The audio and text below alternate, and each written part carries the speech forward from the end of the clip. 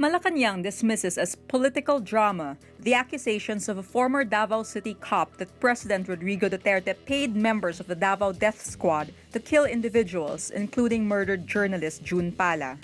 Communications Secretary Martin Andanar says SPO3 Arthur Lascañas' accusations are, quote, part of a protracted political drama aimed to destroy the president and to topple his administration.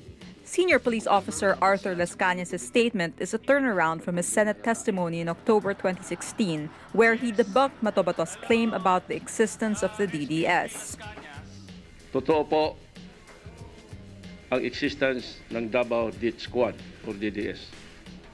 Si Edgar po ay isa sa membro namin at isa po ako sa pasimuno nito. At dito nag-umpisa ang Davao Death Squad dahil po may iniwan kaming note na ito huwag pamarisan and then nakalagay doon Davao Death Squad. Ito po ang umpisa. Sa lahat po mga ginagawa naming pagpatay sa Davao City, ilibing man o itapon namin sa laot, ito po ay binabayaran kami ni Mayor Rodrigo Duterte. Kadalasan 20,000, minsan 50,000, at depende po sa status ng target, minsan 100,000.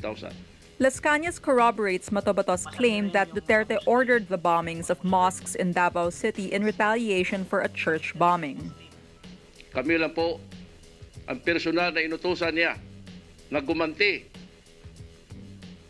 sa pagbomba ng San Pedro Cathedral sa pamamagitan ng pagbomba sa mga Muslim mosque. Binomba po namin ang Kamamaramos gamit ang granada. Yung grupo ni Edgar, sa ibang sulok sila ng Davao City. At the press conference, Lascañas said it was Duterte, then mayor, who asked his driver, bodyguard, and senior police officer Sunny Buenaventura to look for a hitman to kill radio commentator and Duterte critic Jun Pala in 2003. Gihire ako ni Sunny sa halaga po na 3 million pesos. Dahil sabi ni Sunny, galit na galit si Mayor Rudy kay Jun Pala. Dahil sa palagi nitong atake araw-araw sa radyo. Sa madaling sabi po, kami ang nagplano na i-assassinate si Jun Pala. Lascañas also says 5 mayors, including Duterte, plotted the murder of religious leader Jun Barsabal for grabbing and squatting on lands in Davao. Lascañas also recalls he and other Davao cops were investigated for the murder and were grilled about it by the Commission on Human Rights, which was then headed by Senator Laila de Lima. Lascañas also admits he had a hand in the killing of his 2 brothers who got involved in illegal drugs. Tanggap ko po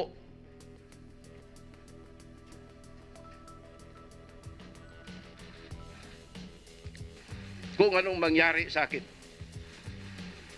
Dahil po sa sobra kong loyalty sa kanyang campaign, nagawa ko po ito. Sarili kong 2 kapatid, pinapatay ko.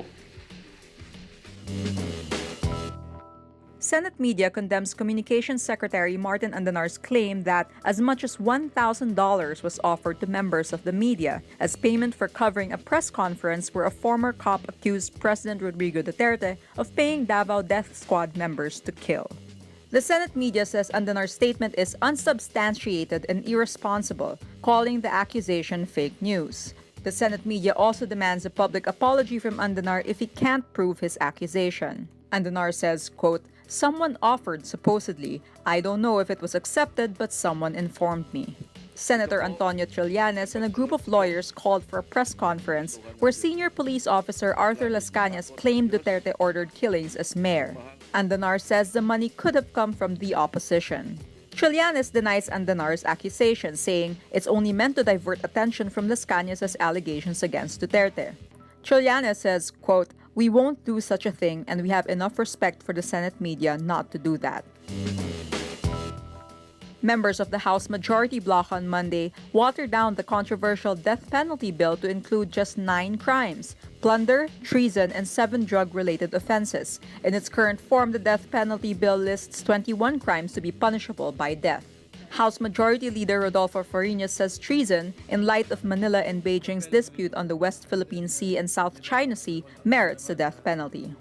Treason, especially now in our challenging global situation of may mga problema daw sa mga properties natin and everything, territory. So kailangan yan para alam ng mga tao that giving aid and comfort to the enemy is against the state and it is a heinous crime which would merit death penalty.